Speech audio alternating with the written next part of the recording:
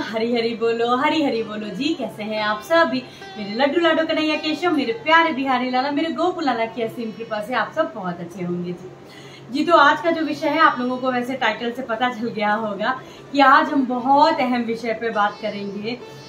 हमारा, मेरे कन्हैया, मेरे लाडो के प्रेमियों का महापर्व जन्माष्टमी के बाद मेरे कन्हैया का भी महापर्व जो है वो बस आने को है, जो कि है राधा अष्टमी। जी हाँ, मेरे कन्हैया की भी आराध्य, उनके हृदय मतलब शब्द भी नहीं है, उनकी जो राधा अष्टमी है, जो उनका प्राकट्य दिवस है, वो आ गया है।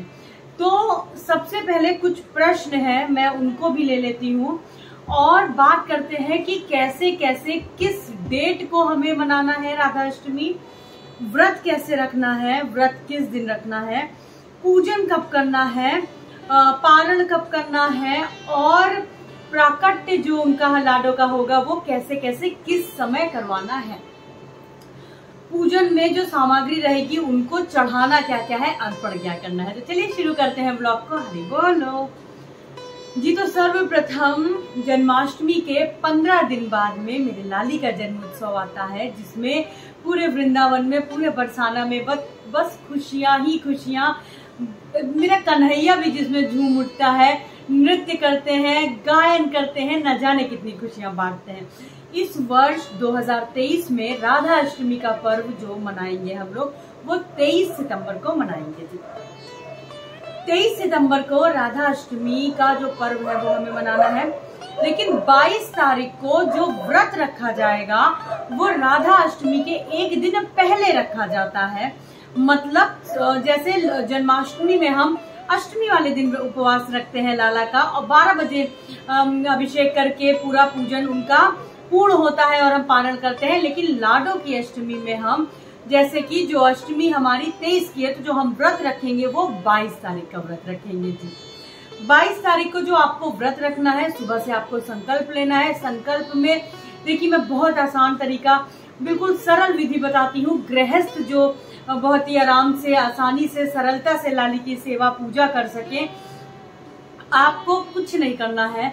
यदि आपको संकल्प लेने में भी लगे कि कैसे लेना है, नहीं समझ में आ रहा है, तो आप पुष्प लें, हाथ में जल लें, थोड़ा सा अक्षत ले लें, और थोड़ा सा आप जो कुछ भी दक्षिणा के रूप में आप ले सकते हो।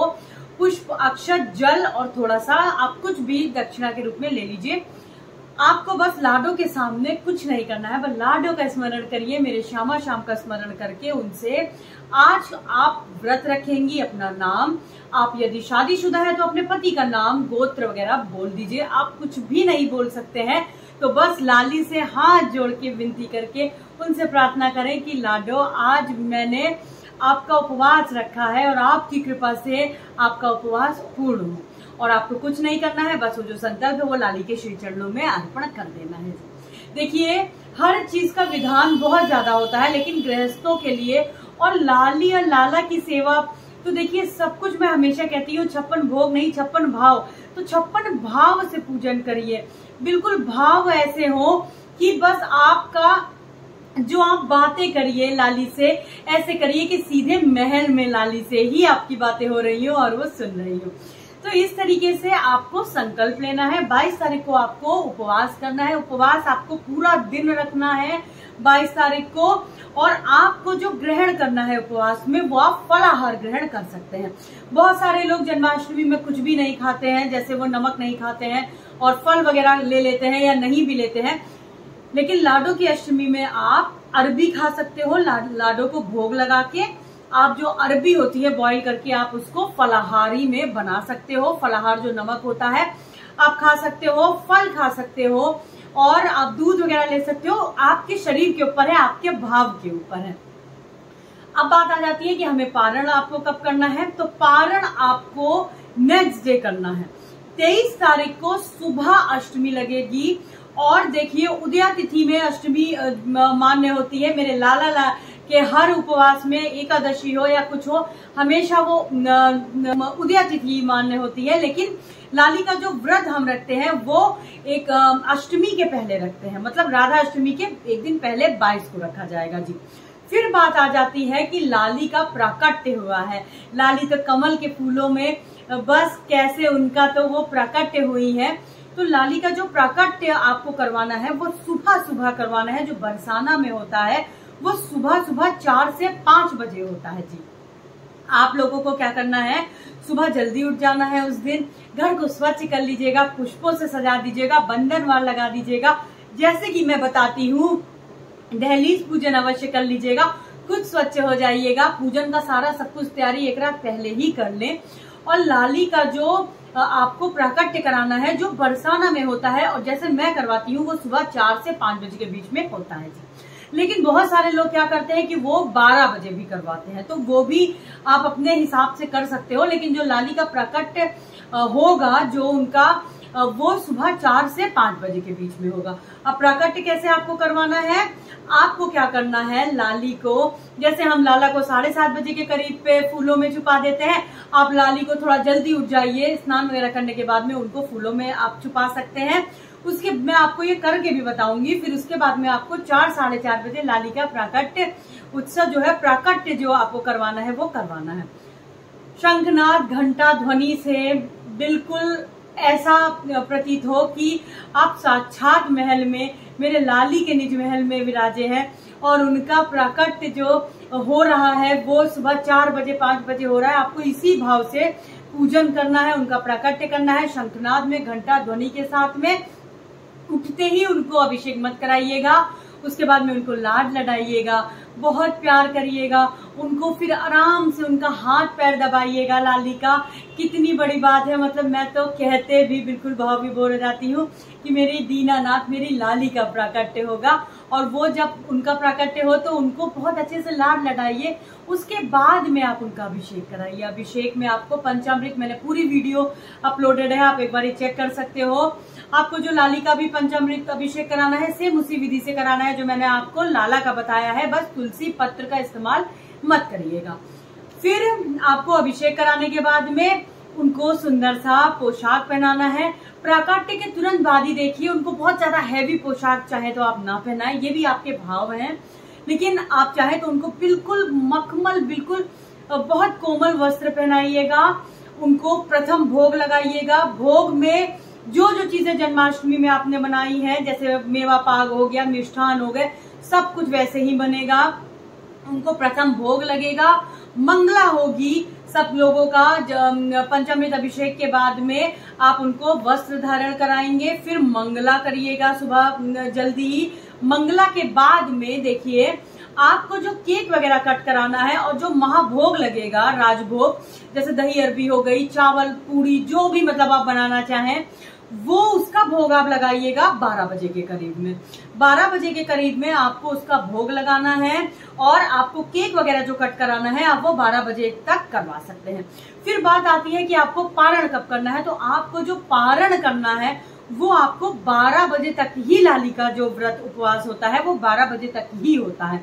बरसाना में सब लोग पूरा दिन व्रत बहुत सारे लोग रहते हैं, नहीं तो 12 बजे तक ही, जब तक उनका सुबह प्राकट्य हो जाता है, राजभोग वगैरह लग जाता है, फिर ही उसी टाइम तक का बस उनका उपवास होता है। उसके बाद में नंदोत्सव की तरीके का ही वहां पे भी बिल्कुल लाली के उत्सव शुरू हो जाता है प्राकट्य का।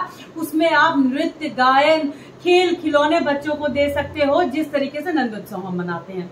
तो आपको जो पारण करना है वो 23 तारीख को करना है। 23 तारीख को पंचामृत अभिषेक जो आप करेंगे, जो कि महाप्रसाद लाली का होगा, आपको उसी से पारण करना है जी। अब वो आप चाहे तो मंगला के बाद में भी आप पारण कर सकते हो, नहीं तो आप चाहो तो 12 बजे के बाद में आप अन्न का पारण कर सकते हैं राजभोग लगाने के बाद।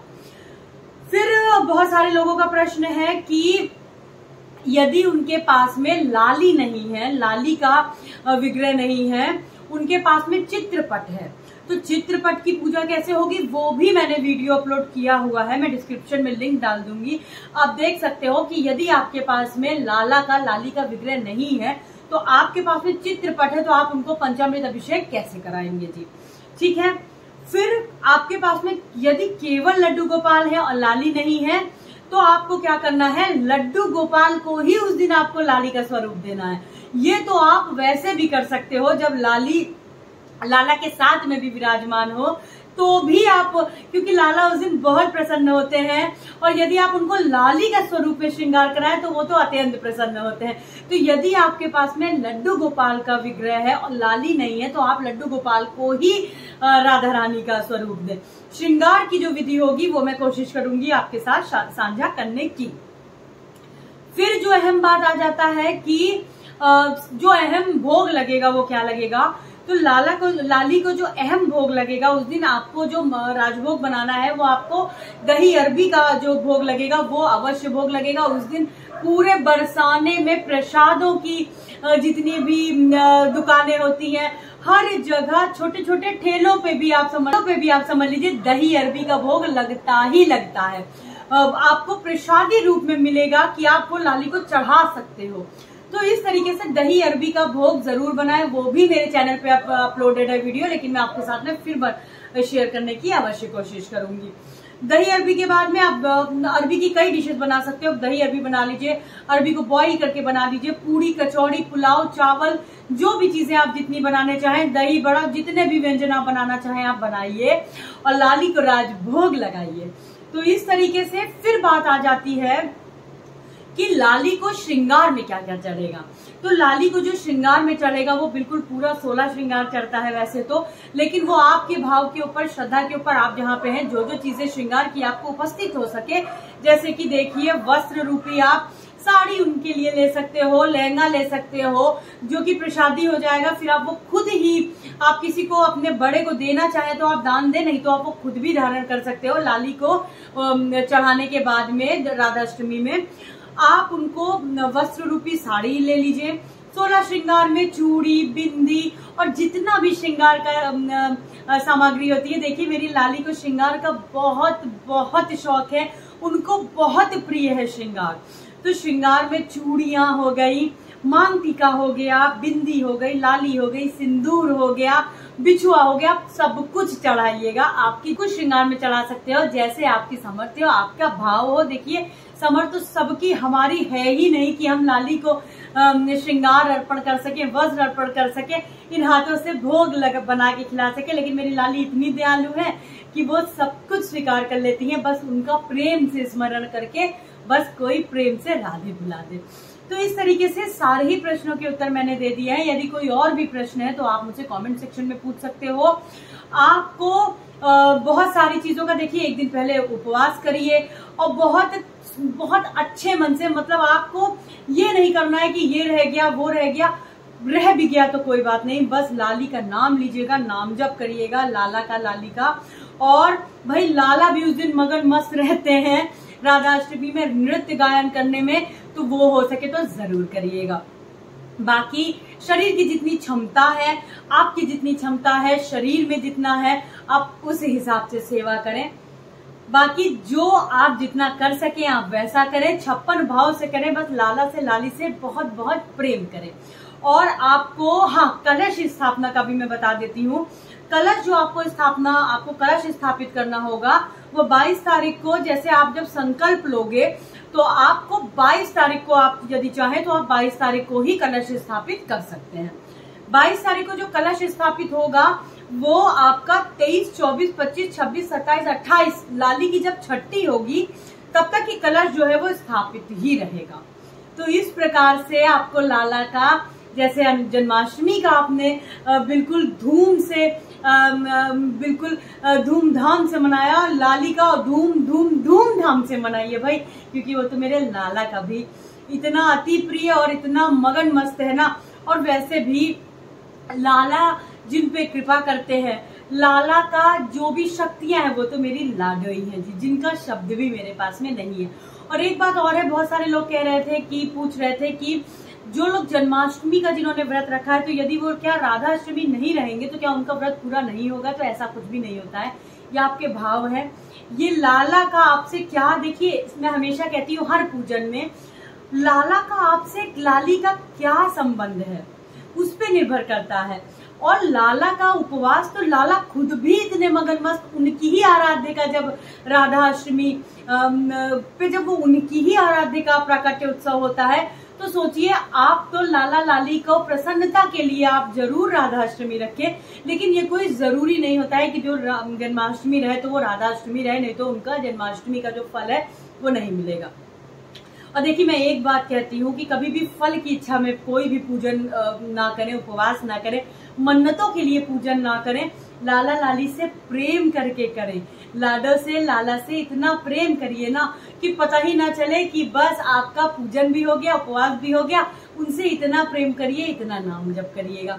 कोई भी प्रश्न है तो आप कमेंट सेक्शन में पूछ सकते हो, और यदि कोई सुझाव है तो आप मुझे कमेंट सेक्शन में दे सकते हैं। तो आज के लिए बस इतना ही, मिलते हैं अपने दूसरे ब्लॉग में बहुत जल्दी। आज के लिए बस इतना ही। हरि बोलो, हरि हरि बोलो, हरि हरि बोलो जी, राधे राधे जी, हरि बोल।